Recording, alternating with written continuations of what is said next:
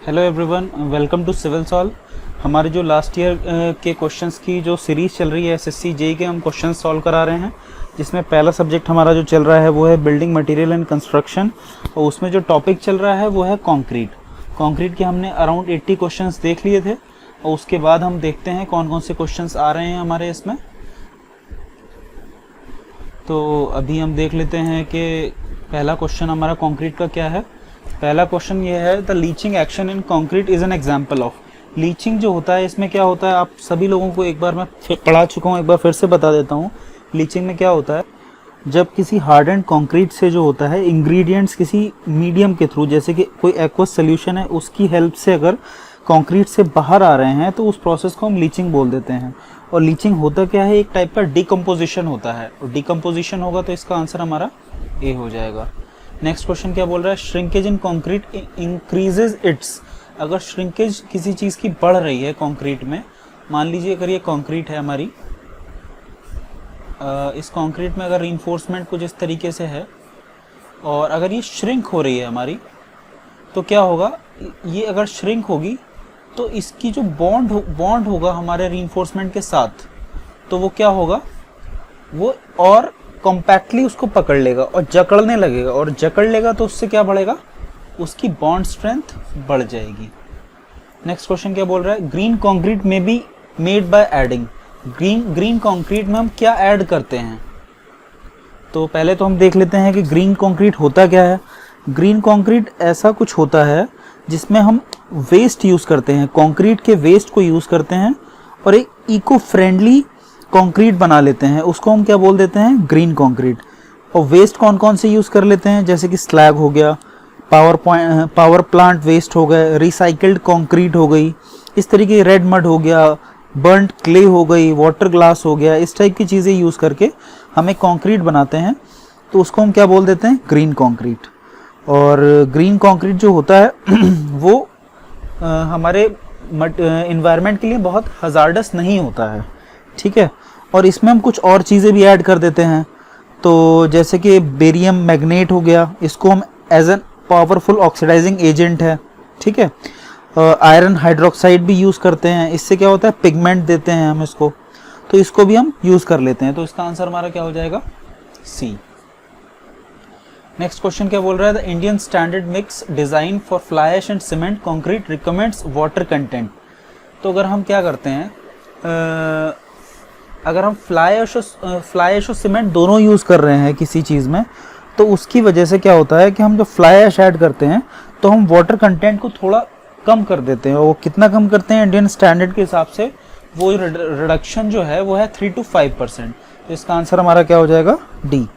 Next question क्या बोल रहा है, under which conditions highest water cement ratio is used. Highest water cement ratio हम कब यूज़ करते हैं, तो हम देख लेते हैं इसके ऑप्शंस क्या क्या हैं। पहला है heavy section such as pier foundation etcetera express to alternate wetting and drying. ये बोल रहा है कि अल्टरनेट वेटिंग एंड ड्राइंग है, यानी एक्सपोजर कंडीशंस थोड़ी सी हार्श दिख रही हैं मुझे। और अगर एक्सपोजर कंडीशन हार्श है तो हमें वाटर सीमेंट रेशियो कैसा यूज़ करना चाहिए, कम यूज़ करना चाहिए, क्योंकि वाटर सीमेंट रेशियो जितना कम यूज़ करेंगे उतनी ही स्ट्रेंथ हमें कंक्रीट में ज़्यादा मिलेगी। लेकिन उसकी कम करने की भी एक लिमिट होती है कि कंक्रीट वर्केबल होनी चाहिए। सेकंड ऑप्शन क्या बोल रहा है, heavy section such as pier foundation etcetera protected against rain and frost. अगर protected against rain and frost है तो यहाँ पे हम higher water cement ratio use कर सकते हैं। नेक्स्ट पढ़ लेते हैं, hydraulic structure expose to rain and snow. अभी क्या है, कोई स्ट्रक्चर है जो एक्सपोज है रेन और स्नो का, यानी उसमें भी जो कंडीशंस हुई वो हार्श ही हो गई। नेक्स्ट क्वेश्चन क्या बोल रहा है, light structural members expose to alternate wetting and drying, यानी यहाँ पे भी कंडीशंस अच्छी नहीं है, फेवरेबल नहीं है, तो यहाँ पे भी हमें वाटर सीमेंट रेशियो कम ही यूज़ करना पड़ेगा डी पॉइंट में। तो मुझे कौन सा पॉइंट मिल गया, बी, जिसमें क्या हुआ, protected against rain and frost है। और अगर प्रोटेक्टेड है तो हम क्या यूज़ करेंगे, तो हम वाटर सीमेंट रेशियो ज़्यादा यूज़ कर सकते हैं। अभी हम देख लेते हैं किस किस में कितना कितना वाटर सीमेंट यूज़ करेंगे, वाटर सीमेंट रेशियो यूज़ करेंगे। इसके लिए 0.45 नोट कर लीजिए आप, इसके लिए हम 0.50 यूज़ कर लेंगे, और रेस्ट के लिए भी 0.45 ही रहेगा। नेक्स्ट क्वेश्चन क्या बोल रहा है, the workability of concrete can be improved by. कैसे यूज़ कर इम्प्रूव कर सकते हैं? मोर सैंड डाल के इम्प्रूव कर सकते हैं क्या? मोर सीमेंट डाल के इम्प्रूव कर सकते हैं? मोर फाइन एग्रीगेट या फाइननेस ऑफ कोर्स एग्रीगेट? तो हम जानते हैं कि सीमेंट टू एग्रीगेट रेशियो अगर हमारा क्या होगा, अगर हमारा सीमेंट टू एग्रीगेट रेशियो बढ़ जाता है तो उससे क्या होगा, सीमेंट हम ज़्यादा यूज़ कर पाएंगे उसमें, और सीमेंट अगर ज़्यादा यूज़ करेंगे तो उससे क्या होगा, वर्केबिलिटी ज़्यादा हो जाएगी। तो हमारा इसका आंसर क्या हो जाएगा, बी। नेक्स्ट क्वेश्चन बोल रहा है strength of concrete increases with. Strength of concrete कैसे इंक्रीज होती है? Increase in water cement ratio. अगर वाटर सीमेंट रेशियो बढ़ाएंगे तो वाटर बढ़ने के साथ साथ क्या होगा, जब वो ड्राई करेगा तो उसमें पोर्स डेवलप हो जाएंगे तो इसकी स्ट्रेंथ कम हो जाएगी। Decrease in water cement ratio, अगर वाटर सीमेंट रेशियो कम करते हैं आप तो क्या होगा, उसमें जो पोर्स हैं वो कम होंगे, डेंसिटी ज़्यादा मिलेगी कंक्रीट की, और डेंसिटी ज़्यादा मिलेगी तो स्ट्रेंथ अच्छी हो जाएगी। तो इसका आंसर हमारा बी हो जाना चाहिए। नेक्स्ट पढ़ लेते हैं decrease in size of aggregate. ये भी नहीं होगा, साइज एग्रीगेट का कम करने से कभी स्ट्रेंथ नहीं बढ़ती है। डिक्रीज इन क्योरिंग टाइम कम करने से स्ट्रेंथ कम हो जाएगी, तो ये भी आंसर गलत हो गया। ये हमारा आंसर इसका हो जाएगा बी। नेक्स्ट क्वेश्चन क्या बोल रहा है, डेंसिटी ऑफ कंक्रीट कब बढ़ती है? Increases with decrease in size of aggregate. अगर हम एग्रीगेट का साइज घटा रहे हैं तो क्या डेंसिटी इंक्रीज होगी? नहीं होगी। Independent of size of aggregate, ये भी गलत बात हो गई। Increases with increase in the size of aggregate, अगर साइज ऑफ एग्रीगेट हम बढ़ाएंगे तो क्या उससे हमारी डेंसिटी इंक्रीज होगी? तो हमारा आंसर इसका हो जाएगा सी, बिल्कुल इंक्रीज हो जाएगी। अगर हम साइज ऑफ एग्रीगेट यूज़ करते हैं बड़े, यानी कि वो कॉम्पैक्टेड अपने आप में बहुत ज़्यादा होते हैं, उनकी स्पेसिफिक ग्रेविटी बहुत ज़्यादा होती है, तो उसकी वजह से हमारी जो डेंसिटी है ओवरऑल कंक्रीट की भी बढ़ जाएगी। नेक्स्ट क्वेश्चन क्या बोल रहा है, workability of concrete mix with low water cement ratio is determined by. अगर वाटर सीमेंट रेशियो कम होता है तो हम कौन सा मेथड यूज़ करते हैं इसमें? कंपैक्शन फैक्टर टेस्ट यूज़ करते हैं वर्केबिलिटी निकालने के लिए। अब कंपैक्शन फैक्टर क्यों यूज़ करते हैं वो देख लेते हैं कि कब हमें कंपैक्शन फैक्टर कितना होना चाहिए वो भी हम देख लेते हैं। और कंपैक्शन फैक्टर हम यूज़ करते हैं जो एक ऐसा मेथड है जो कि थोड़ा ज़्यादा एक्यूरेट होता है और सेंसिटिव होता है। तो इसीलिए हमें जो अगर स्लम्प निकालना है किसी ऐसी कंक्रीट की जिसकी वर्केबिलिटी कम है या मीडियम है तो हम कंपैक्शन फैक्टर यूज़ कर सकते हैं और इससे हमें एक्यूरेट रिजल्ट मिल जाएंगे। नेक्स्ट क्वेश्चन बोल रहा है if the compaction factor is 0.95 the workability of the concrete is. एक टेबल बना देता हूँ, ये आप लोग अपने शॉर्ट नोट में नोट कर लीजिएगा और नेक्स्ट टाइम से इस टाइप के सारे क्वेश्चंस आपसे लग जाएंगे। यहाँ पे लिख लेते हैं वर्केबिलिटी और यहाँ पे लिख लेते हैं स्लम्प। थर्ड ऑप्शन हम बना लेते हैं कंपैक्शन फैक्टर का। तो वर्केबिलिटी अगर हम वेरी स्टिफ की बात करते हैं तो वेरी स्टिफ के केस में क्या होता है, स्लम्प तो हमें नहीं मिलेगा, 0 मिलेगा अप्रॉक्स। कंपैक्शन फैक्टर जो होगा वो 0.7 मिल जाएगा। स्टिफ की कंडीशन में क्या होगा, स्टिफ की कंडीशन में स्लम्प हमें बहुत कम मिलेगा, यानी 0 to 25 mm के अराउंड मिलेगा। इसकी जो यूनिट रहेगी mm में रहेगी और इसका जो कंपैक्शन फैक्टर है वो 0.75 हो जाएगा। अब देख लेते हैं नेक्स्ट, स्टिफ प्लास्टिक है अगर, तो स्टिफ प्लास्टिक की कंडीशन में क्या होगा 25 to 50 हो जाएगा। ये जो है 0.1 से बढ़ जाएगा। नेक्स्ट है हमारा प्लास्टिक। प्लास्टिक की कंडीशन में क्या हुआ 75 to 100 हो गया ये और 0.90 कंपैक्शन फैक्टर हो गया। अब अगर हम बात करते हैं फ्लोइंग वर्केबिलिटी, मतलब अगर कंक्रीट फ्लो ही कर रही है तो उसके केस में कितना हो जाएगा हमारा 150, 100 to 150 स्लम्प मिल जाएगा। कंपैक्शन फैक्टर कितना मिल जाएगा 0.95। तो यहाँ बात कर लेते हैं कंपैक्शन फैक्टर अगर 0.95 है तो एक फ्लोइंग है, यानी कि हाई हो जाएगी इसके हिसाब से। तो हमारा 90 का ऑप्शन क्या हो जाएगा D. Which of the following proportion of the ingredients of concrete mix is not in conformation to arbitrary method of proportioning? तो कन्फर्मेशन जो है आर्बिट्री मेथड में हमें नहीं होता है। तो इसमें कौन कौन से हैं, 112 आपने सुना होगा, 112 बिल्कुल सुना हुआ है। 112 किसके लिए यूज़ करते हैं, M25 के लिए यूज़ करते हैं। 124 किसके लिए सुना होगा आपने, 124 हम यूज़ कर लेते हैं M15 के लिए यूज़ कर लेते हैं। 136 सुना है क्या आपने, 136 भी सुना होगा, M10 के लिए हो जाता है। और 1:4:10 1:4:10 कभी आपने सुना है क्या? 1:4:10 आपने नहीं सुना होगा, आपने सुना होगा 1:5:10 सुना होगा, जो कि किसके लिए यूज़ होता है? M5 के लिए होता है। और हमने यूज़ किया होगा 1:4:8 अगर होता तो भी हम मान लेते, तो ये यूज़ हो जाता हमारा M7.5 के लिए। तो हमारा आंसर क्या हो जाएगा इसका? डी। अब बोल रहा है concrete gains strength due to, concrete में स्ट्रेंथ किस वजह से आती है? Chemical action of cement with coarse aggregate. Actually में कोर्स एग्रीगेट जो होते हैं वो सीमेंट के साथ रिएक्ट नहीं करते हैं। अभी आपके लिए यही सफिशिएंट है।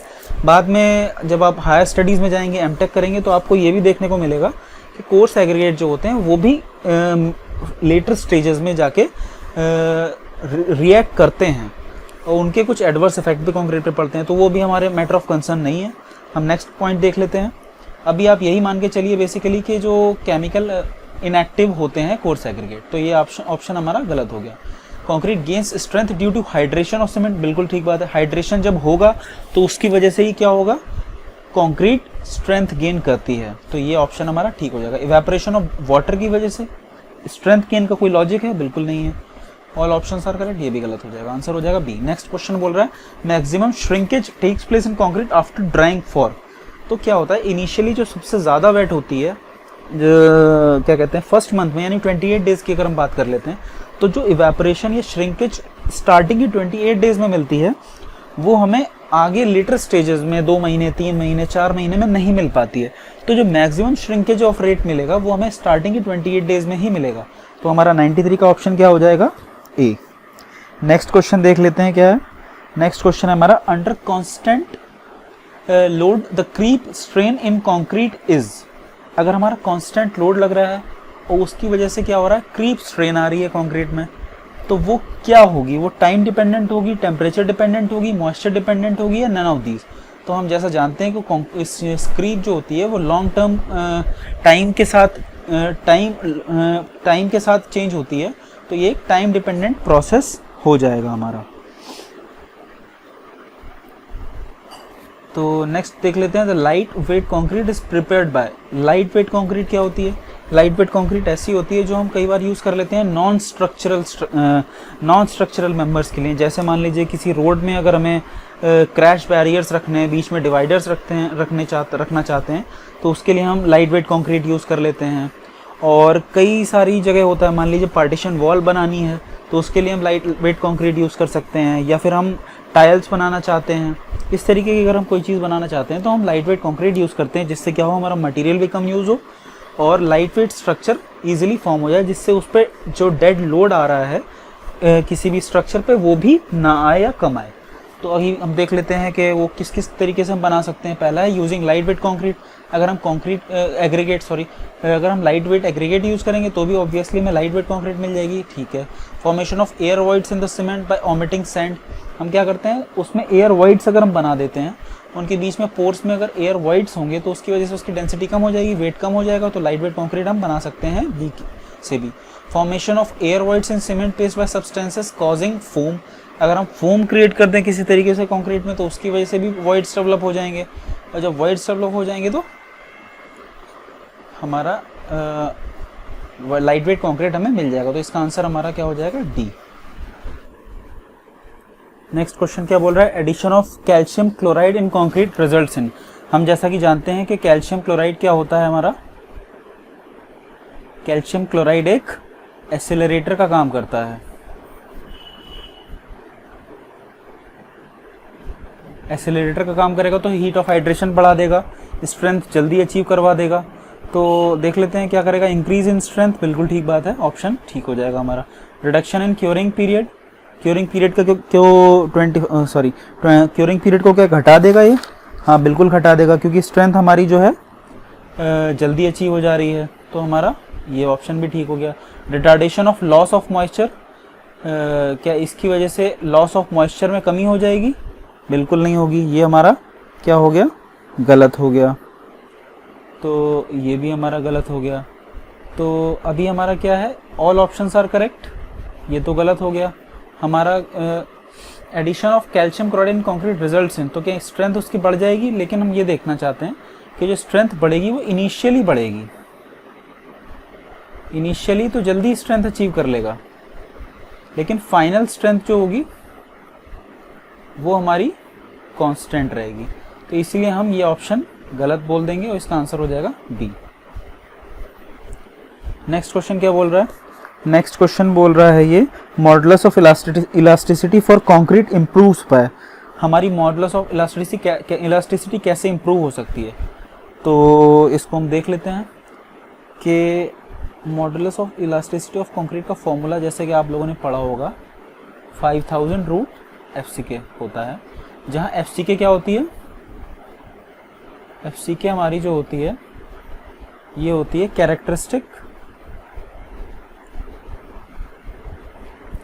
स्ट्रेंथ, और कैरेक्टरिस्टिक स्ट्रेंथ जो होती है वो कैसे चेंज होती है? टाइम के साथ बढ़ती चली जाती है। यानी अगर एज ज़्यादा होगी तो हमारा कैरेक्टरिस्टिक स्ट्रेंथ ज़्यादा होगी, एज अगर ज़्यादा है तो उससे FCK भी ज़्यादा हो जाएगा और EC की वैल्यू भी ज़्यादा हो जाएगी। तो आंसर हमारा हो जाएगा बी। नेक्स्ट क्वेश्चन क्या बोल रहा है? Minimum number of test specimens required for finding the compressive strength of concrete are. Number of specimens हम जानते हैं कि एक सैंपल में कितने होते हैं? 3 हमें मिनिमम चाहिए होते हैं।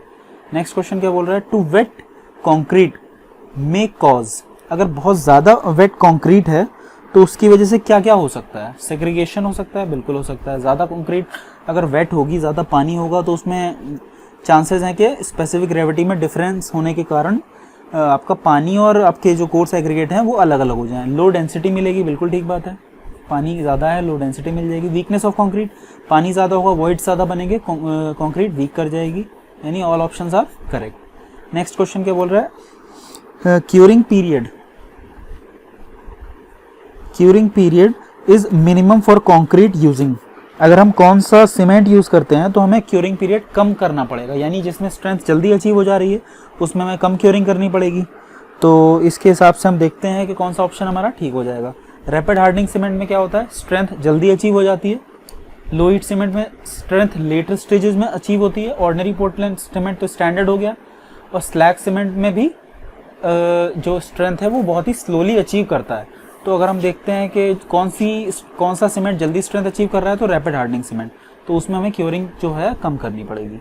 नेक्स्ट क्वेश्चन क्या बोल रहा है? If 50 kg of fine aggregate and 100 kg of coarse aggregate are mixed concrete whose water cement ratio is 0.6।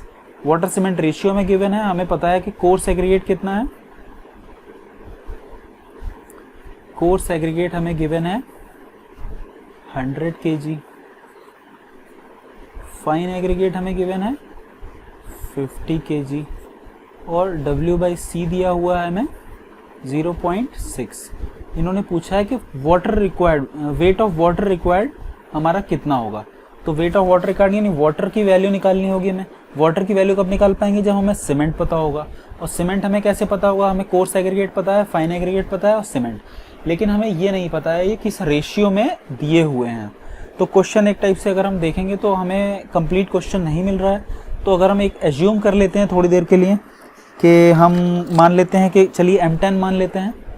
M10 अगर हम मानते हैं तो M10 का जो रेशियो होता है वो क्या होता है? 1:3:6। 1:3:6 में क्या होगा? 1 क्या होगा हमारा? 1 होगा हमारा सीमेंट, 3 क्या होगा हमारा? फाइन एग्रीगेट, 6 क्या हो जाएगा? Coarse aggregate. ठीक है, तो अगर हम देख लेते हैं कि अगर हमारा 1 यानी कि सीमेंट कितना होगा? 3 क्या है?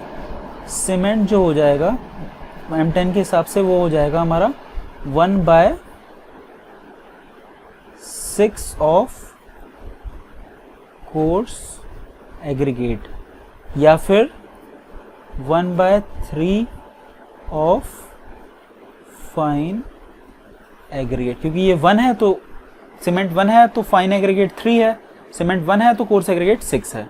तो अगर हम निकालते हैं सीमेंट की वैल्यू कितनी हो जाएगी? 1/6 ऑफ कोर्स एग्रीगेट कितना है हमारे पास? 100 है। तो ये वैल्यू हमारी कितनी आ जाएगी? अराउंड 16.67 kg आ जाएगा। जब 16.67 आ गया तो हम देख लेते हैं कि W/C हमें अगर 0.6 गिवन है तो W निकालने के लिए हम क्या करेंगे? C × 0.6 कर देंगे। सी हमारा है 16.67 इंटू 0.6 करेंगे तो अराउंड 10 kg आ जाएगा। तो वाटर हमारा 10 kg आ गया, तो हम ये लगा सकते हैं। लेकिन ये भी एक जस्ट मैच कर गया। इनकेस अगर मान लीजिए मैंने M15 एक एग्जाम्पल के तौर पे लिया होता तो M15 के केस में हो सकता है ये मैच नहीं करता, M15 के केस में ये करीब 15 किलो के अराउंड आता। तो ये चीज़ मैटर करता है कि आपने कौन सा एज्यूम किया है। ठीक है, नेक्स्ट क्वेश्चन देख लेते हैं। नेक्स्ट क्वेश्चन बोल रहा है in a mix for desired slump in a mix the desired slump is not obtained, the adjustment for each concrete slump difference is made by adjusting water content by. अगर हमारा required desired हमारा slump achieve नहीं हो रहा है तो उस condition में हम क्या करते हैं, उसमें थोड़ा सा वाटर ऐड कर देते हैं। और वो वाटर ऐड कितना करते हैं, वो वाटर ऐड कर देते हैं हम 1%। इसके कुछ स्टैंडर्ड हैं कि अगर हमें एडजस्टमेंट करना है किसी स्लम्प के लिए, अगर हमें नहीं मिल रहा है तो उसके कुछ स्टैंडर्ड हम वो लिख लेते हैं कितना कितना एडजस्टमेंट अलाउड है हमें। तो हम देख लेते हैं। सीमेंटिशियस अगर कोई मटेरियल है तो उसमें जो वेरिएशन है वो 1% का कर सकते हैं। वाटर अगर हम यूज़ करते हैं तो वाटर में वेरिएशन 1% का यूज़ कर सकते हैं। एग्रीगेट देख लेते हैं। एग्रीगेट में हम जो वेरिएशन है वो 2% का कर सकते हैं। वाटर सीमेंट रेशियो जो है अगर इसमें कुछ चेंज करना चाहते हैं तो हम 0.01 का चेंज कर सकते हैं। नेक्स्ट क्वेश्चन क्या बोल रहा है हमारा, in case of hand mixing of concrete the extra cement to be added is 10%। पहले क्वेश्चन कर चुके हैं लास्ट लेक्चर में। The separation of water on the fresh concrete known as, क्या बोलते हैं, ब्लीडिंग। अगर इसमें से पानी अलग हो जा रहा है तो हम उसको क्या बोल देते हैं, ब्लीडिंग। नेक्स्ट क्वेश्चन क्या, the purpose of the soundness test of cement is. Soundness test हम निकालते हैं कि उसमें फ्री लाइम कितना है, तो ऑप्शन क्या हो जाएगा ए। बहुत बार क्वेश्चन आ चुका है ये। नेक्स्ट क्वेश्चन क्या बोल रहा है, if the slump of concrete mix is 60 mm it's workability is. अगर उसकी स्लम्प हमें 60 mm मिल रहा है तो उसकी वर्केबिलिटी क्या बोलेंगे। ये हम शायद आपको लास्ट लेक्चर में एक टेबल दिखा चुके थे कि कितनी वर्केबिलिटी होगी तो उसकी क्या स्लम्प मिलेगा। तो अगर आपको याद हो तो ठीक है, नहीं तो एक बार हम फिर से जल्दी से लिख लेते हैं। आप लोग को यहाँ लिख लेते हैं वर्केबिलिटी।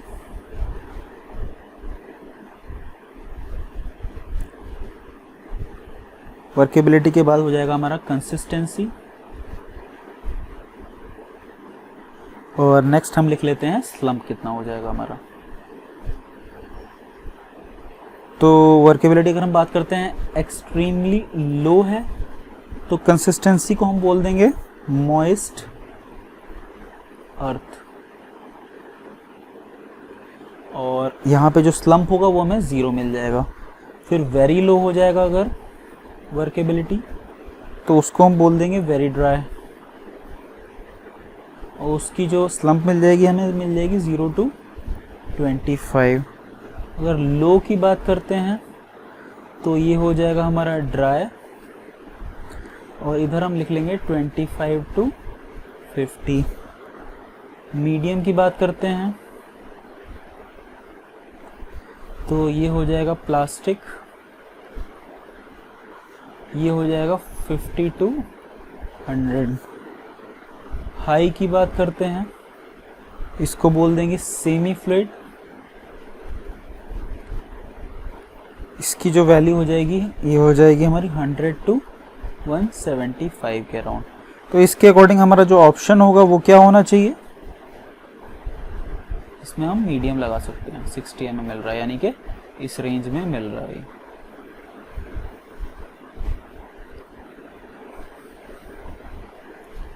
नेक्स्ट क्वेश्चन है सेग्रीगेशन इज रिस्पॉन्सिबल फॉर। अगर सेग्रीगेशन हो रहा है तो वो किस चीज़ के लिए रिस्पॉन्सिबल है। हनी कॉम्बिंग हो जाएगी कंक्रीट में, बिल्कुल हो जाएगी, हनी कॉम्बिंग के चांसेस हैं। पोरस लेयर्स ऑफ कंक्रीट, अगर हनी कॉम्बिंग हो जाएगी तो उसमें बड़े बड़े वॉइड्स जनरेट हो जाएंगे, और वॉइड्स जनरेट हो जाएंगे तो कंक्रीट क्या हो जाएगी, पोरस हो जाएगी। तो हमारा ए भी ठीक हो गया, बी ठीक हो गया।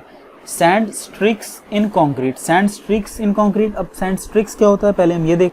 तो होता क्या है, जब हम बहुत ज़्यादा पानी यूज़ कर लेते हैं कंक्रीट बनाने में तो उसमें ब्लीडिंग के चांसेस बढ़ जाते हैं, और ब्लीडिंग के चांसेस बढ़ जाते हैं तो ब्लीडिंग की कंडीशन में क्या होती है, जो सैंड होती है वो ऊपर आने लगती है पानी के साथ साथ, और उसकी वजह से सैंड स्ट्रीक्स फॉर्म हो जाती हैं, यानी कुछ लाइंस फॉर्म हो जाती हैं, उसको हम सैंड स्ट्रीक्स बोल देते हैं कंक्रीट में। तो इसके भी चांसेस बढ़ जाते हैं। तो हमारा आंसर क्या हो जाएगा, डी। नेक्स्ट क्वेश्चन है the durability of concrete is affected by. अब कौन कौन से फैक्टर हैं जिनसे हमारी ड्यूरेबिलिटी ऑफ कंक्रीट अफेक्ट करती है? पहला क्या है? सिंडर है, दूसरा विनेगर है, तीसरा अल्कोहल है, बोथ सिंडर एंड विनेगर। अब देख लेते हैं कि ये सब होता क्या है। सिंडर क्या होता है? सिंडर जो होता है एक टाइप ऐसा मटेरियल होता है और एक टाइप का एक्सट्रूसिव इग्निशियस रॉक है ये। और इसमें जो होता क्या है, तो इसमें होता क्या है, हमारी जो सिंडर अगर हम ऐड कर देते हैं तो सिंडर में क्या होता है, सल्फर कंटेंट बहुत ज़्यादा मिलता है। और सल्फर कंटेंट अगर ज़्यादा होगा तो उसकी वजह से क्या चांसेस रहते हैं कि जो रीइंफोर्समेंट है उसमें कोरोजन हो जाए, और कोरोजन हो जाएगा तो उसकी वजह से ड्यूरेबिलिटी ऑफ कंक्रीट पे फ़र्क पड़ता है। इसीलिए हम सिंडर को यूज़ नहीं करेंगे। दूसरा क्या लिखा हुआ है? विनेगर। विनेगर जो होता है एक टाइप का एसिड होता है, और एसिड का अगर प्रेजेंस होगी तो वो क्या है, एसिड अटैक के चांसेस बढ़ जाते हैं। तो उससे क्या होगा, ड्यूरेबिलिटी पे इफेक्ट पड़ेगा। तो ये हमारा क्या आंसर हो जाएगा? Cinder and vinegar. नेक्स्ट है slump test is a measure of workability. हम सब जानते हैं। और वर्केबिलिटी किससे मैच कर सकती है? Tensile strength, compressive strength, compact value? नहीं, तीनों से कोई लिंक नहीं है। कंसिस्टेंसी ही एक टाइप की इफेक्ट करेगी अगर वर्केबिलिटी कम या ज़्यादा हो रही है। तो हम कह सकते हैं स्लम्प टेस्ट जो है एक मेजर है कंसिस्टेंसी का इनडायरेक्टली। नेक्स्ट क्वेश्चन बोल रहा है shrinkage of concrete is directly proportional to. Shrinkage of concrete directly proportional किसके होता है? सीमेंट कंटेंट के, सैंड कंटेंट के, या एग्रीगेट कंटेंट के, या टेम्परेचर ऑफ वाटर के? तो जो श्रिंकेज होती है हमारी सीमेंट कंटेंट के डायरेक्टली हम कह सकते हैं कि प्रोपोर्शनल होता है।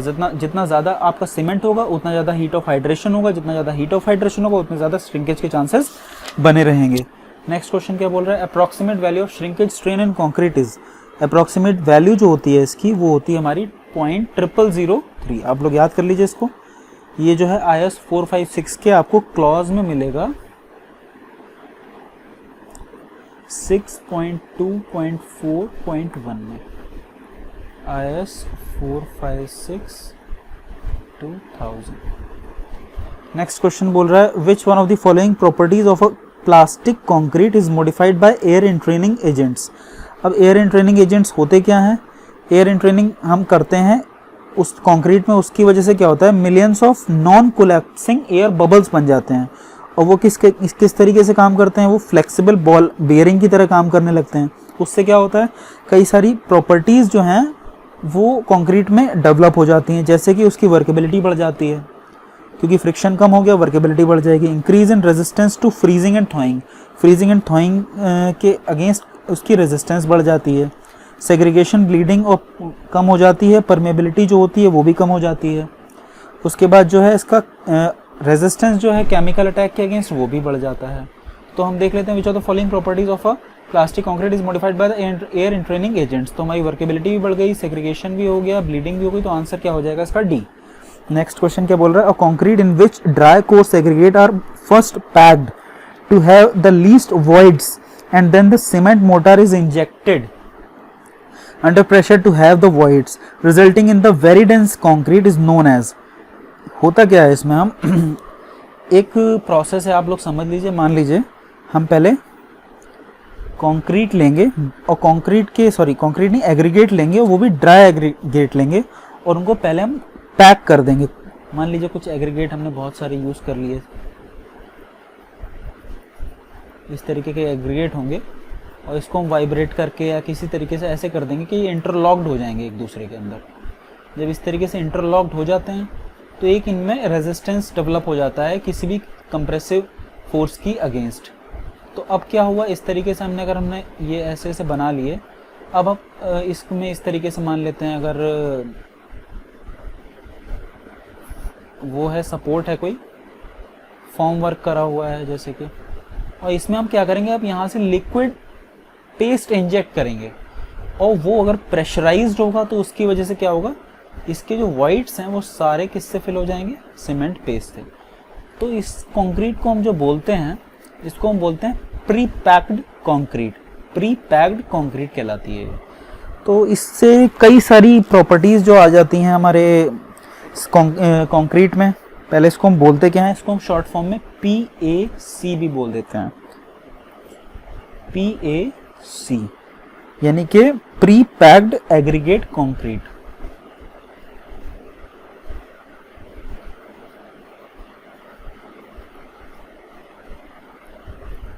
प्री पैक्ड कंक्रीट हो गई। इससे क्या होता है, ये बहुत ही अच्छी स्ट्रेंथ देता है हमें, एक्सीलेंट क्वालिटी हो जाती है इसकी, तो इसके एडवांटेज बहुत सारे हैं। अभी नेक्स्ट क्वेश्चन क्या बोल रहा है, for protection from Frost concrete should be. Frost action क्यों होता है, उसके अंदर जो वॉइड्स होते हैं उसमें अगर वाटर का वेपर है या कुछ टाइप का अगर मॉइस्चर है, तो अगर बहुत ज़्यादा ठंड हो जाएगी तो वो जो होगा वो फ्रॉस्ट हो जाएगा, मतलब फ्रीज हो जाएगा। फ्रीज हो जाएगा तो आप जानते हैं कि जो आइस का वॉल्यूम होता है वो वाटर के कंपेरेटिवली ज़्यादा होता है, तो वो क्या करता है, वो प्रेशर फोर्स देता है हमारी कंक्रीट को। तो इस टाइप के अगर हम फ्रॉस्ट एक्शन को चाहते हैं कि उसमें कंक्रीट में ना हो, तो उसके लिए हम क्या करेंगे, हम ऐसी कंक्रीट बनाएंगे जिसमें वॉइड्स कम से कम हो। वॉइड्स कम से कम तब होंगे जब वो बहुत ज़्यादा डेंस होगी, तो इसका आंसर हमारा क्या हो जाएगा, डेंस। फ्री फ्रॉम क्रैक्स, अगर हम उसमें क्रैक्स जो हैं, क्रैक्स नहीं है, तो क्या क्रैक्स से कोई लिंक होगा उसका, क्रैक्स से कोई लिंक, डायरेक्ट लिंक नहीं है। Addition between mortar and aggregate should be perfect, इसका भी कोई लिंक नहीं है, तो आंसर हमारा क्या हो जाएगा, डेंस। अगर हम बनाएंगे तो उसकी वजह से हमारा जो कंक्रीट है उसमें फ्रॉस्ट एक्शन के अगेंस्ट प्रोटेक्शन बहुत ज़्यादा बढ़ जाएगा। In order to have segregation in concrete, dropping height should not be less than। तो जो dropping height, अगर आप कह रहे हैं कि अगर आपको segregation चाहिए है तो आप height किससे ज़्यादा रखेंगे, हमारा IS 456 जो है वो कहता है कि अगर height जो है आप मैक्सिमम जो रखेंगे वो 1.5 मीटर ही रखेंगे तो सेफ रहेगा, अदरवाइज उसमें सेग्रीगेशन के चांसेस बढ़ जाते हैं। तो हमारा इसका आंसर क्या होना चाहिए, in order to have segregation in concrete dropping height should not be less than. तो इसमें ऑप्शन 1.5 तो दिया नहीं है, तो हमें डी ही लगाना पड़ेगा। तो हमारा इसका आंसर क्या हो जाएगा, 250 सेंटीमीटर, सॉरी 250 सेंटीमीटर हो जाएगा। The main objective of compaction of concrete is, हमारा मेन ऑब्जेक्टिव क्या होगा कॉन्क्रीट के compaction, to eliminate air voids, ठीक है, टू अचीव मैक्सिमम डेंसिटी, ये भी बिल्कुल ठीक बात है। जितने अगर हम कॉम्पैक्ट करेंगे, जितना हम वाइब्रेट करेंगे, उससे जो वॉइड्स निकल जाएंगे उसकी वजह से हमें मैक्सिमम डेंसिटी मिल जाएगी। To get intimate contact between the concrete and embedded material, तो जो एम्बेडेड मटीरियल है और डायरेक्ट जो हमारा क्या कहते हैं कॉन्क्रीट है, उसके बीच में एक अच्छा बॉन्ड बन जाएगा, ये भी बिल्कुल ठीक बात है कॉम्पैक्शन से। तो हमारा इसका आंसर क्या हो जाएगा, 116 का डी। नेक्स्ट क्वेश्चन बोल रहा है, for a satisfactory workable concrete with a constant water cement ratio increase in aggregate cement ratio. अगर हम एग्रीगेट सीमेंट रेशियो बढ़ाएंगे, यानी कि A/C को अगर हमें इंक्रीज करना है, और given workable for a satisfactory workable concrete with a constant water cement ratio, अगर W/C कांस्टेंट है, तो आप लोग यहाँ पे एक चीज़ ध्यान दीजिए कि अगर एग्रीगेट टू सीमेंट रेशियो हम बढ़ा रहे हैं, इसका मतलब क्या है कि सीमेंट की वैल्यू हम कम करते जा रहे हैं, और सीमेंट अगर हम कम करते चले जाएंगे और W/C कांस्टेंट है, यानी कि करस्पॉन्डिंग वाटर भी कम करना पड़ेगा अगर C कम कर रहे हैं, तो इससे क्या होगा, हमारा पेस्ट कम होगा, उसमें पेस्ट कम होगा तो उसकी वजह से स्ट्रेंथ कम आ जाएगी। तो इसका आंसर हमारा क्या हो जाएगा, बी। नेक्स्ट क्वेश्चन बोल रहा है, addition of sugar in concrete results in, अगर हम कंक्रीट में शुगर ऐड करते हैं तो उसकी वजह से क्या हो जाता है, शुगर ऐड करने से उसका जो है इनिशियल सेटिंग टाइम बढ़ जाता है, वो एक एज अ रिटार्डर काम करती है। तो इसीलिए डिपेंड करता है कि आपने कितनी शुगर मिलाई है, तो उसकी सेटिंग टाइम 1 आवर भी इंक्रीज हो सकता है और 4 आवर भी इंक्रीज हो सकता है, लेकिन जनरली हम ऐसा करते कब हैं, जब हमें सेटिंग टाइम बहुत ज़्यादा बढ़ाना हो, तो इसीलिए हम इसका आंसर चूज करेंगे बी। 118 के बाद हम देख लेते हैं नेक्स्ट क्वेश्चन क्या बोल रहा है हमारा, strength of concrete show an increase with, increase किसके साथ हमारी स्ट्रेंथ ऑफ कंक्रीट बढ़ेगी, decrease in rate of loading, decrease in rate of loading, increase in rate of loading, sorry ये इसने गलत टाइप कर दिया है हमारे कंप्यूटर ऑपरेटर ने, decrease in rate of loading हो जाएगा, फिर से increase in rate of loading, unaffected by rate of loading, या डिपेंड्स अपॉन द एप्लीकेशन, तो depends upon the application of load होगा ये। तो अभी हम एक चीज़ देख लेते हैं यहाँ पे कि अगर स्ट्रेंथ इन कंक्रीट की बात करते हैं तो हम होता क्या है जनरली, जब हम किसी क्यूब की कंप्रेसिव स्ट्रेंथ निकालते हैं तो हम उसमें लोड लगाते हैं। लोड लगाएंगे तो जनरली होता क्या है, अगर हम रेट ऑफ लोडिंग बहुत ज़्यादा रखेंगे, बहुत तेज़ी से एक स्टैंडर्ड रेट होगा कंपैरेटिवली, अगर हायर रेट रखेंगे हम लोडिंग का, तो जो होगा कंक्रीट फर्स्ट जो रेजिस्टेंस शो करेगा वो ज़्यादा शो करेगा, उसके बाद ब्रेक होगा। तो अगर ज़्यादा रेजिस्टेंस इनिशियली शो करता है उसके बाद ब्रेक हो रहा है, यानी हम ये कह सकते हैं उसकी स्ट्रेंथ ऑफ कंक्रीट जो है वो, अगर हम रेट ऑफ लोडिंग ज़्यादा रख रहे हैं तो हमें ज़्यादा मिल रही है। वही अगर हम स्लो रेट ऑफ लोडिंग अगर लगाते हैं तो क्या होता है, उसको क्रीप के लिए टाइम मिल जाता है। तो जब क्रीप के लिए उसे टाइम मिल जाएगा तो वो पहले ही लोड में फेल हो जाएगा। तो हम कह सकते हैं अगर हम स्ट्रेंथ इन कंक्रीट इंक्रीज किससे होगी, अगर हम रेट ऑफ लोडिंग को बढ़ा देते हैं। नेक्स्ट क्वेश्चन क्या बोल रहा है, the minimum quantity of cement content that is needed for 1 metre cube of reinforced concrete which is not directly expose to weather is about. ये हम क्वेश्चन पहले लगा चुके हैं, तो इसका आंसर हमारा क्या हो जाएगा, सी। आप लोग वैसे ही लगा सकते हैं।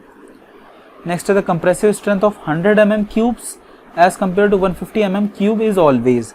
होता क्या है, जनरली हम जो स्ट्रेंथ चेक करते हैं क्यूब्स की वो किस पे डिपेंड करती है।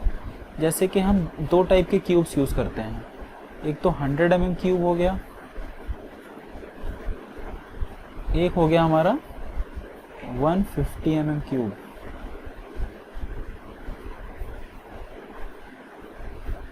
ये हो गया 100 mm, यहाँ हो जाएगा 150 mm।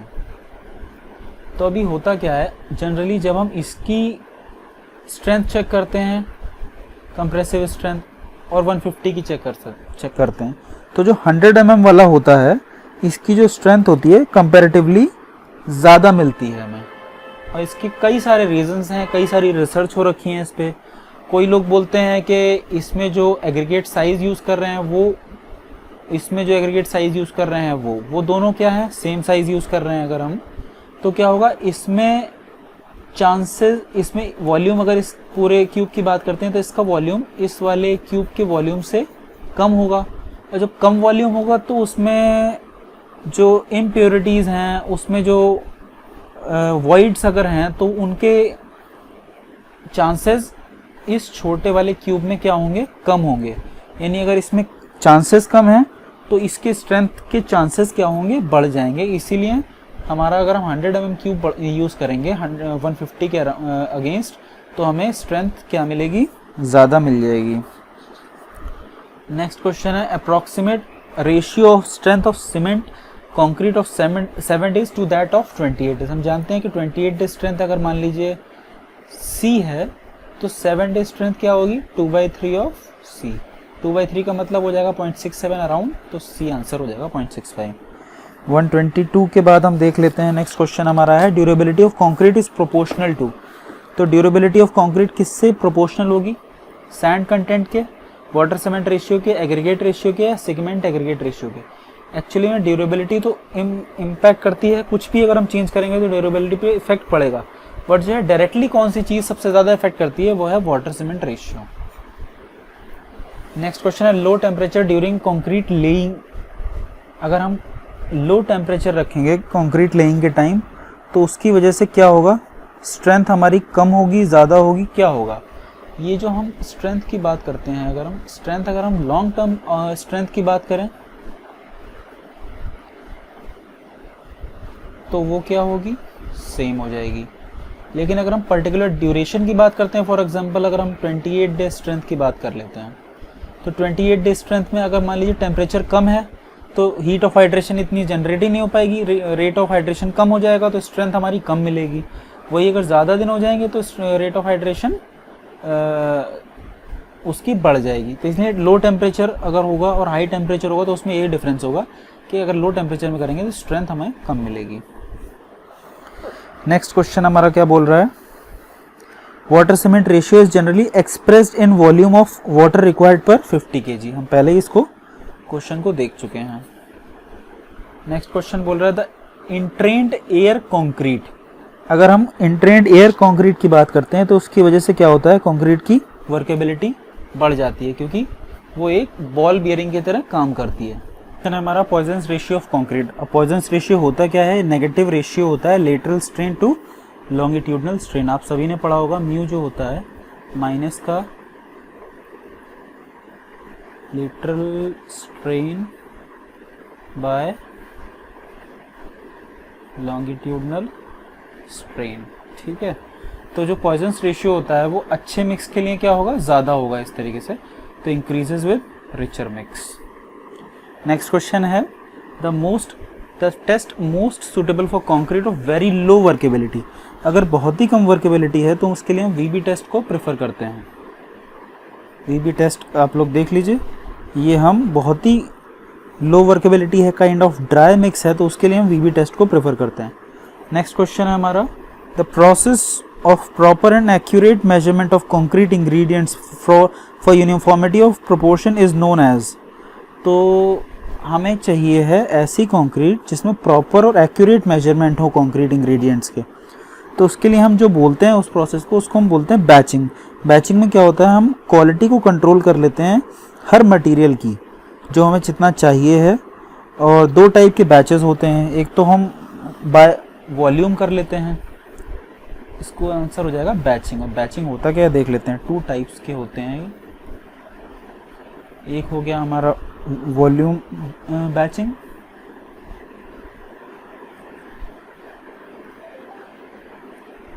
और दूसरा हो जाएगा हमारा वेट बैचिंग, ठीक है। तो अब हम देख लेते हैं जो वेट बैचिंग हुआ है वो सुपीरियर होती है in comparison to volume batching के, क्योंकि इस मेथड में क्या होता है, बल्किंग इफेक्ट का, जो सैंड का बल्किंग इफेक्ट है उससे हमें कोई मतलब नहीं होता है, क्योंकि वेट तो कांस्टेंट रहेगा, बल्किंग हो रही है या नहीं हो रही है। वही वॉल्यूम बैचिंग जो होती है वो रिकमेंड करते हैं, जैसे कि कोई छोटा काम हो रहा है, जैसे कि अगर बहुत ही एक्यूरेट, अगर हमें ब्रिज बनाना है या फिर हमें कोई प्री कास्ट मेंबर्स कास्ट करने हैं, तो हम हमेशा वेट बैचिंग के साथ जाते हैं, वॉल्यूम बैचिंग को अवॉइड करते हैं। नेक्स्ट क्वेश्चन है the strength and quality of concrete depends upon. तो स्ट्रेंथ एंड क्वालिटी की अगर हम बात कर लेते हैं तो ये किन किन चीज़ों पे डिपेंड करता है। तो क्या क्या ऑप्शंस हैं हमारे इसमें, एग्रीगेट के शेप पे बिल्कुल डिपेंड करता है। ज़्यादा बड़ा अगर एग्रीगेट होगा तो उसकी स्ट्रेंथ हमें अच्छी मिलेगी, बहुत फाइन एग्रीगेट यूज़ कर लेंगे तो हमें स्ट्रेंथ कम मिलेगी। राउंडेड एग्रीगेट अगर हैं तो वो ज़्यादा वर्केबल हो जाएंगे, और एंगुलर हैं तो वो कम वर्केबल होंगे, ठीक है। तो इससे स्ट्रेंथ और क्वालिटी पे डिपेंड करता है। और जो एंगुलर हैं उनमें इंटरलॉकिंग हो जाएगी तो उसकी वजह से स्ट्रेंथ ज़्यादा मिलेगी। वही अगर हम बात कर लेते हैं राउंड में तो उसमें इंटरलॉकिंग नहीं हो पाती, इसलिए हमें स्ट्रेंथ कम मिलेगी। तो एग्रीगेट के शेप पे भी डिपेंड करता है। एग्रीगेट का ग्रेडिंग अगर अच्छा है तो क्या होगा, वॉइड्स के अंदर भी अगर फिल कर रखें तो प्रॉपरली पैक्ड होंगे तो उसकी स्ट्रेंथ हमें ज़्यादा मिलेगी। ग्रेडिंग अगर ख़राब है तो हमें स्ट्रेंथ कम मिलेगी। Surface area of the aggregate, बिल्कुल सही बात है, सरफेस एरिया अगर ज़्यादा होगा तो क्या होगा, उस कंडीशन में वर्केबिलिटी हमारी कम हो जाएगी। वर्केबिलिटी कम हो जाएगी, सीमेंट पेस्ट अवेलेबल कम रहेगा, तो उस कंडीशन में वर्केबिलिटी हमारी कम हो जाएगी। और वही अगर हमारे क्या कहते हैं एग्रीगेट बड़े बड़े, सरफेस एरिया कम है, एग्रीगेट बड़े बड़े हैं तो क्या होगा हमारा, तो उसकी स्ट्रेंथ ज़्यादा हो जाएगी, यानी सी भी ठीक है। तो आंसर हमारा इसका हो जाएगा डी। नेक्स्ट क्वेश्चन है pick the correct incorrect statement from the following. तो इनकरेक्ट स्टेटमेंट इसमें से कौन सा है देख लेते हैं क्वेश्चन में। पहला क्या बोल रहा है, a rich mix of concrete possesses higher strength than a lean mix. बिल्कुल ठीक बात है, रिच मिक्स होगा उसमें सीमेंट ज़्यादा होगा, स्ट्रेंथ अच्छी मिल जाएगी। Than a lean mix of desired work of desired workability with excessive quantity of water. Next question के नेक्स्ट पॉइंट क्या है, the strength of concrete decreases as the water cement ratio increased. बिल्कुल ठीक बात है, वाटर सीमेंट रेशियो क्या बताता है हमें, W/C हो गया। हम सभी जानते हैं वाटर सीमेंट रेशियो इंक्रीज होगा, वाटर बढ़ेगा तो उसमें पोर्स बढ़ेंगे, पोर्स बढ़ेगा स्ट्रेंथ कम हो जाएगी। नेक्स्ट क्वेश्चन क्या बोल रहा है, if the water cement ratio is less than 0.45 the concrete is not workable and caused honeycomb structure. ऐसा कुछ है क्या, ऐसा तो नहीं है, तो ये हमारा ऑप्शन गलत हो गया। उसके बाद क्या है, good compaction by mechanical vibration increases the strength of concrete.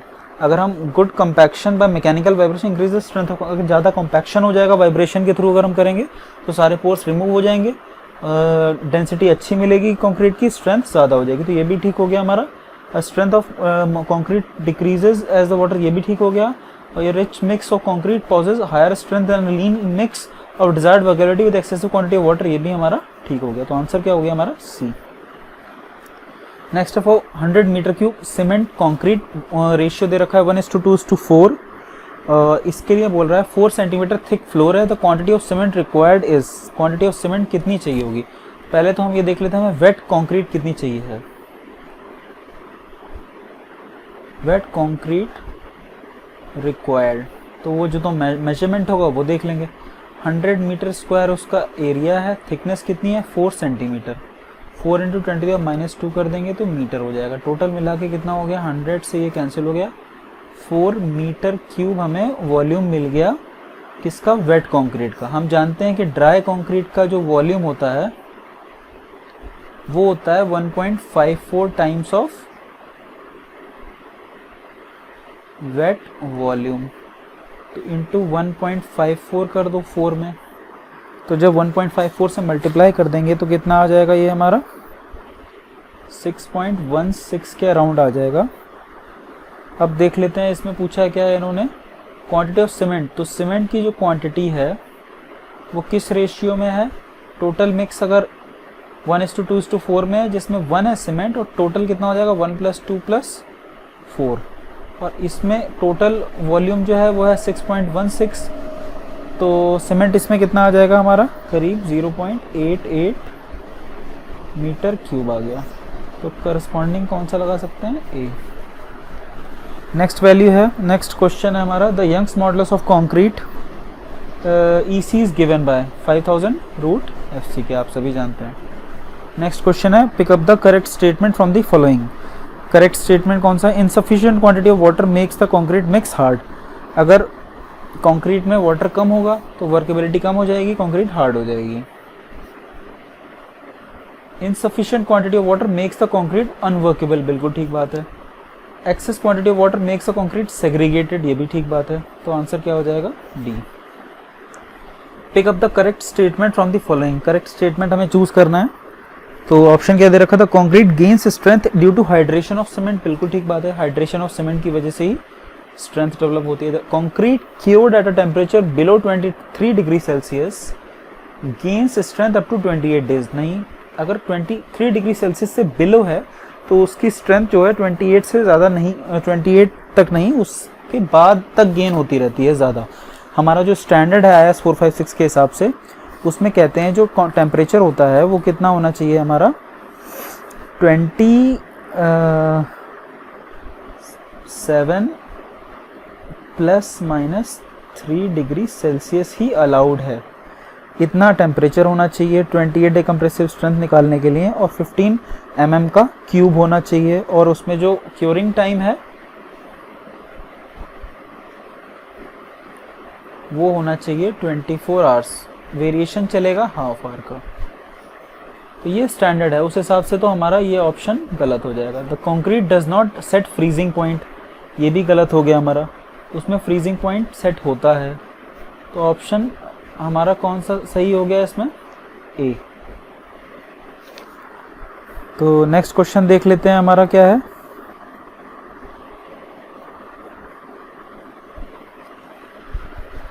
Pick up the correct statement from the following. क्या बोल रहा है ये बोल रहा है higher workability indicated unexpected increase in the moisture content. ये बिल्कुल गलत बात है।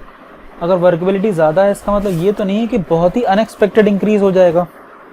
उसके बाद क्या बोल रहा है, higher workability indicated deficiency of sand. ये बात जो है ये भी हम नहीं कह सकते कि डिफिशियंसी ऑफ सैंड है इसकी वजह से हायर वर्केबिलिटी है। If concrete mix is dry the slump is zero. अगर ड्राई है तो अगर ड्राई है उस कंडीशन में स्लम्प तो ऑटोमेटिकली जीरो होना है, तो ये ऑप्शन सी हो जाएगा हमारा।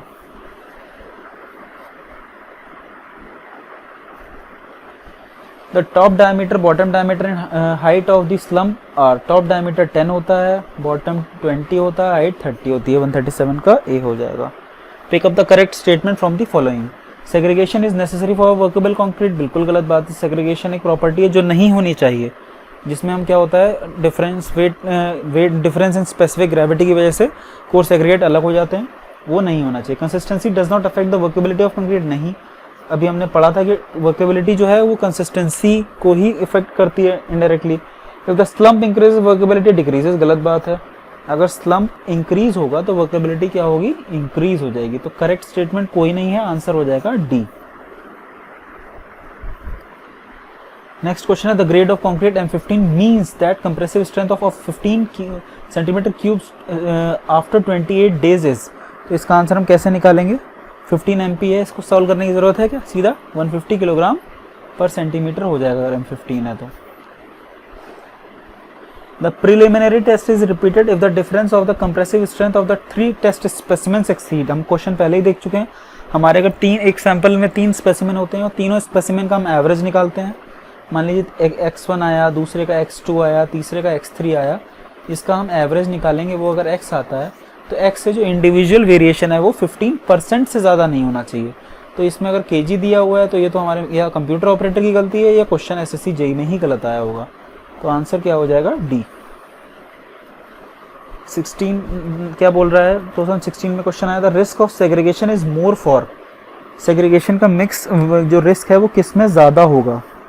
ऑप्शन देख लेते हैं क्या क्या है। वेटर मिक्स है, ज़्यादा अगर पानी मिला दिया तो भी चांसेस बढ़ जाएंगे। Large proportion of maximum size aggregate, अगर मैक्सिमम साइज एग्रीगेट ज़्यादा होंगे, स्पेसिफिक ग्रेविटी उनकी ज़्यादा होती है तो चांसेस बढ़ जाएंगे सेग्रीगेशन के। कोर्सर ग्रेडिंग है, ग्रेडिंग अगर अच्छी नहीं है तो भी बढ़ जाएंगे। तो आंसर क्या हो जाएगा, डी। नेक्स्ट क्वेश्चन क्या बोल रहा है, after casting an ordinary cement concrete on drawing. अगर कास्टिंग के बाद हमने क्या किया, सीमेंट कॉन्क्रीट को ड्राई करेंगे तो क्या होगा, श्रिंक होगा, एक्सपैंड होगा, क्या होगा, हाइट ऑफ हाइड्रेशन निकलेगी, वाटर उसमें से इवेपोरेट होगा तो श्रिंकिंग होगी। Permissible compressive strength of M300 concrete grade in kilogram per centimetre square is exactly 300।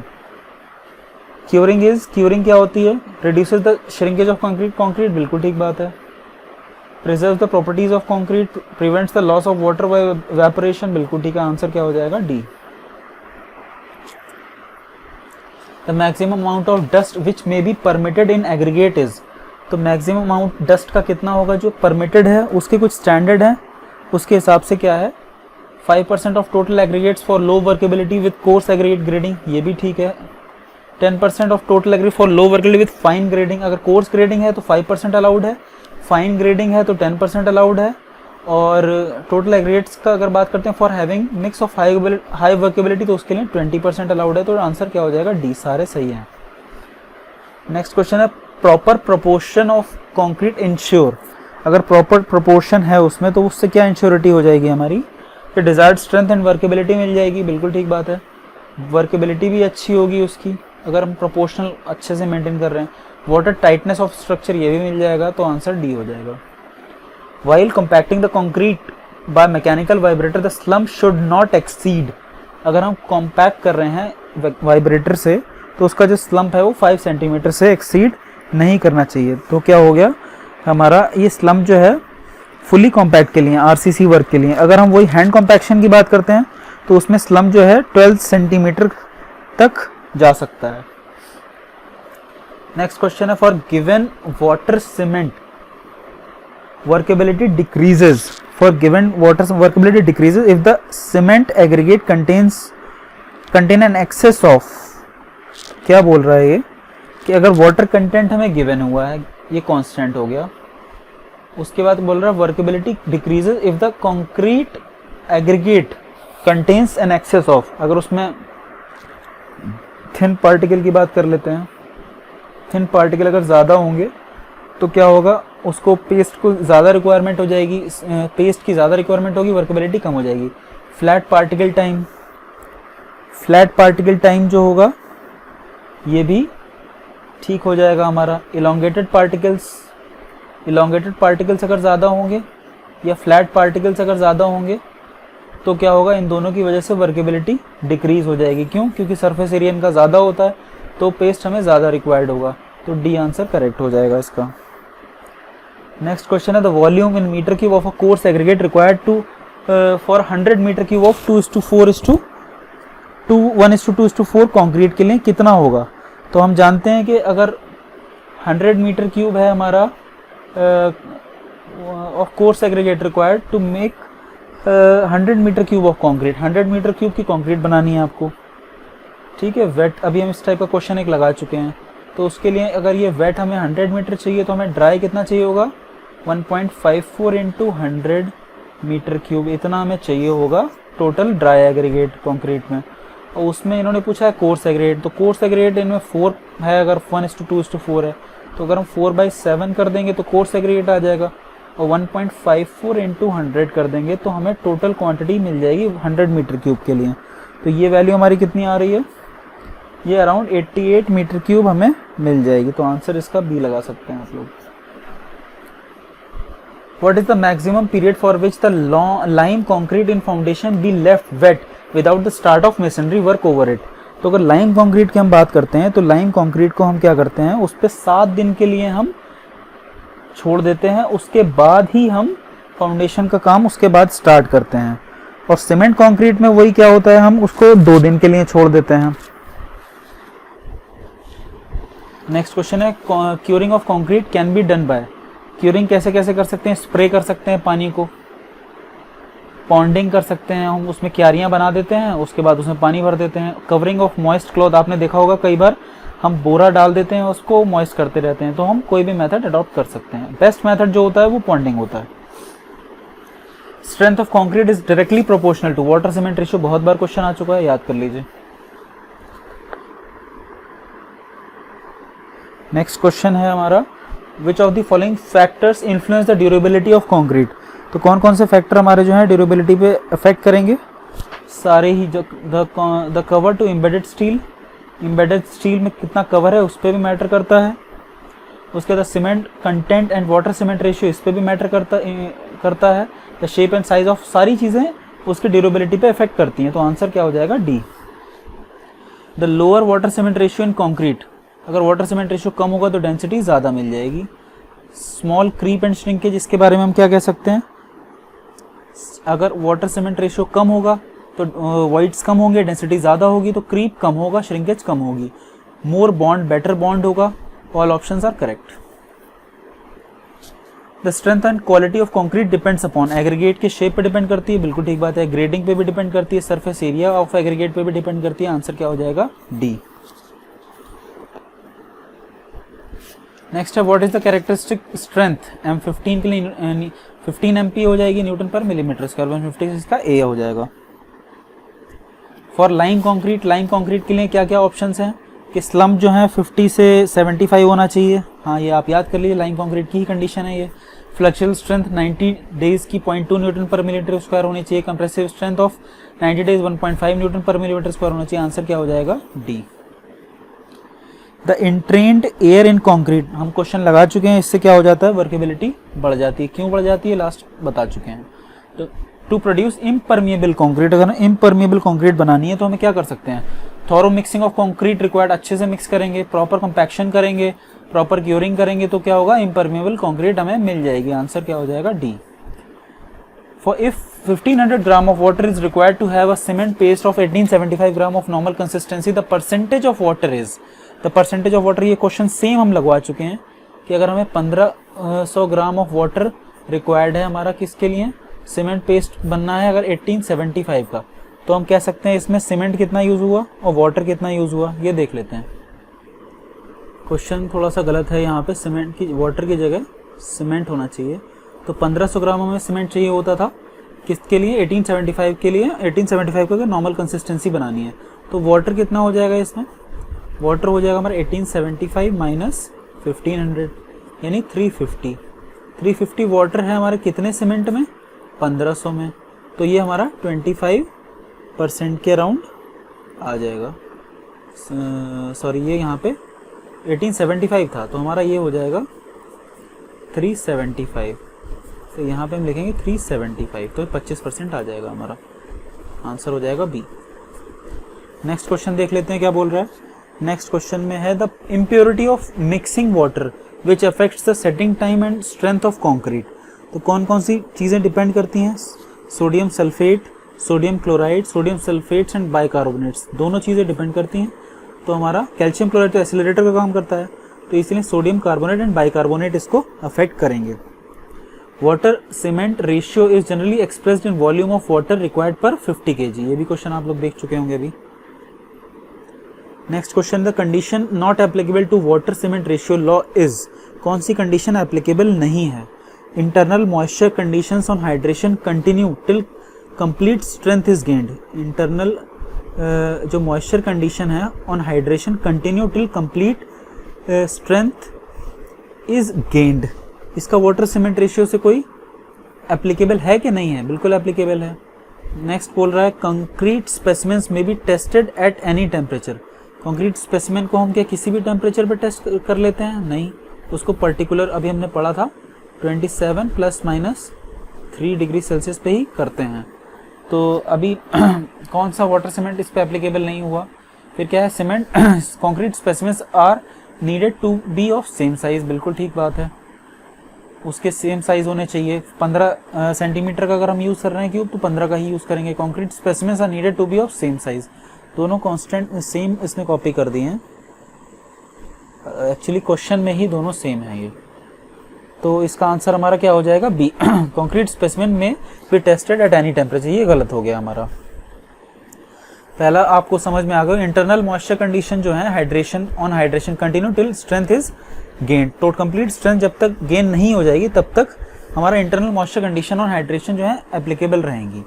According to water cement ratio law the strength of workable plastic concrete, अगर हम water cement ratio law के according बात करते हैं तो क्या बोल रहा है ये हमारा? तो the strength of workable plastic concrete, तो क्या होगा? Depend on the amount of water used in the mix. तो जो workable strength of workable plastic mix की बात करते हैं, तो अगर वर्केबल है वो स्ट्रेंथ उसकी किस पर डिपेंड करेगी? वाटर कितना यूज किया उस पर डिपेंड करेगी क्या? हाँ बिल्कुल यूज करेगी। ज्यादा वाटर यूज करेंगे तो स्ट्रेंथ कम हो जाएगी। Does not depend upon the quality of cement mixed with the aggregates, तो इसके अकॉर्डिंग क्या सीमेंट की क्वालिटी पे डिपेंड करेगी या नहीं करेगी? इसको भी हम देख लेते हैं। तो यहाँ पे जो ध्यान देने वाली बात है, ये लॉ के अकॉर्डिंग हमें देखना है। वाटर सीमेंट रेशियो लॉ जो होता है इसको हम एब्राम्स लॉ भी बोलते हैं। तो एब्राम्स लॉ भी बोलेंगे तो इसमें क्या है, इसमें इन्होंने केवल वाटर सीमेंट रेशियो की ही बात की है, इन्होंने सीमेंट की बात ही नहीं करी है। तो अगर अकॉर्डिंग टू हम दिस लॉ बात करते हैं तो ये लिखा है does not depend on the quality of cement mixed with the aggregates. वैसे तो डिपेंड करता है लेकिन एब्राम्स लॉ में इसकी कोई बात नहीं करी गई है, इसीलिए हम बोल देंगे कि इसके अकॉर्डिंग ठीक है। Does not depend on the quantity of cement mixed, ये भी बिल्कुल ठीक हो जाएगा। वैसे तो डिपेंड करता है प्रैक्टिकली, बट एब्राम्स लॉ में जो है इन्होंने डायरेक्टली वर्केबिलिटी और स्ट्रेंथ की बात जो है वो इन्होंने वाटर सीमेंट रेशियो के अकॉर्डिंग की हुई है, इसीलिए हम केवल अपना स्कोप फिक्स कर लेंगे, हम एब्राम्स लॉ के अकॉर्डिंग ही बताएंगे। तो इसका आंसर क्या हो जाएगा? डी। तो सारे ऑप्शंस करेक्ट हो गए। नेक्स्ट क्वेश्चन बोल रहा है strength of concrete primarily depends upon, किन किन चीज़ों पे डिपेंड करती है? प्राइमरीली क्वालिटी ऑफ वाटर पे भी डिपेंड करती है, क्वालिटी ऑफ एग्रीगेट पे भी, क्वांटिटी ऑफ सीमेंट पे भी, लेकिन वाटर सीमेंट रेशियो एक ऐसा फैक्टर है जो सबसे ज़्यादा डिपेंड करता है जिस पे स्ट्रेंथ हमारा। तो हमारा आंसर इसका डी हो जाएगा। नेक्स्ट क्वेश्चन है concrete having a slump of 6.5 centimetre said to be, इसको हम क्या बोल देंगे? प्लास्टिक। आप लोग टेबल चेक कर लीजिएगा, उसके अकॉर्डिंग लगा सकते हैं। नेक्स्ट क्वेश्चन बोल रहा है concrete is unsuitable for compaction by a vibrator if it is. Vibrator हम कब यूज नहीं करते हैं? जब हमारी प्लास्टिक स्टेट में कंक्रीट होती है, वाइब्रेटर की जरूरत ही नहीं होती है।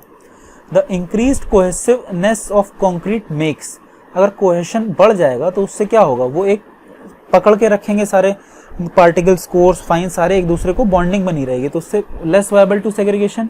बिल्कुल ठीक बात है, जो सेग्रीगेशन के चांसेस खत्म हो जाएंगे, जिसकी वजह से ये बोल रहा है after casting an ordinary concrete cement concrete on drawing हम देख चुके हैं, श्रिंक होता है।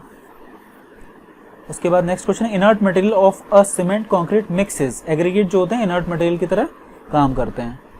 नेक्स्ट है the datum temperature for maturity by Plowman is, ये आप लोग याद कर दीजिए, इसकी जो आंसर होगा -11.7 डिग्री होता है, ये आप लोग याद कर लीजिए। इसका एक फॉर्मूला होता है, वो मैं आप लोग को पढ़ा के कंफ्यूज नहीं करना चाहता, डायरेक्टली आप ये याद कर लीजिए कि इसका जो टेम्परेचर है डेटम टेम्परेचर वो होता है -11.7, और जो हायर साइड में अगर हम टेम्परेचर की बात कर लेते हैं वो होता है हमारा मैच्योर टेम्परेचर। ये जो होता है ये होता है 18 डिग्री सेल्सियस। बस ये दो वैल्यू आप लोग याद कर लीजिए। नेक्स्ट है under normal conditions using ordinary Portland ordinary cement the period of removal of the formwork is, तो ऑर्डिनरी कंडीशन में जो है वो कौन कौन से हैं, ये क्वेश्चन हम पहले भी देख चुके हैं। 7 डेज फॉर बीम के लिए 7 डेज होता है, 14 डेज होता है स्लैब के लिए अगर उसकी स्पैन 4.6 मीटर या उससे ज़्यादा है।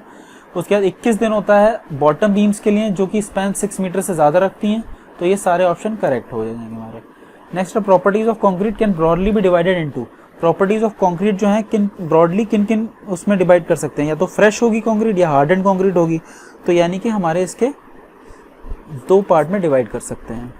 नेक्स्ट क्वेश्चन है, which of the below is an example of plasticizer. इसमें से प्लास्टिसाइजर क्या है? हाइड्रोक्सिलेटेड कार्बोक्सिलिक एसिड हमारा प्लास्टिसाइजर है। जिप्सम रिटार्डर होता है, आप लोग जानते हैं। Concrete is generally placed on a formwork stand mould platform. हम किस पे प्लेस करते हैं? फॉर्मवर्क पे प्लेस करते हैं। आप लोगों ने बहुत बार ये कंस्ट्रक्शन में देखा होगा। On which of the following does the correct proportion of ingredients of concrete depend upon. किस चीज़ों पे डिपेंड करता है? बल्किंग ऑफ सैंड पे भी डिपेंड करता है, वाटर कंटेंट पे भी डिपेंड करता है, एब्जॉर्प्शन और वर्केबिलिटी पे भी डिपेंड करता है। तो आंसर क्या हो जाएगा? डी। नेक्स्ट क्वेश्चन क्या बोल रहा है? चलिए अभी हम यहीं पे अपना लेसन ख़त्म करते हैं ये वाला, उसके आगे देखेंगे कौन कौन से क्वेश्चंस हैं और कंटिन्यू करेंगे। Thank you.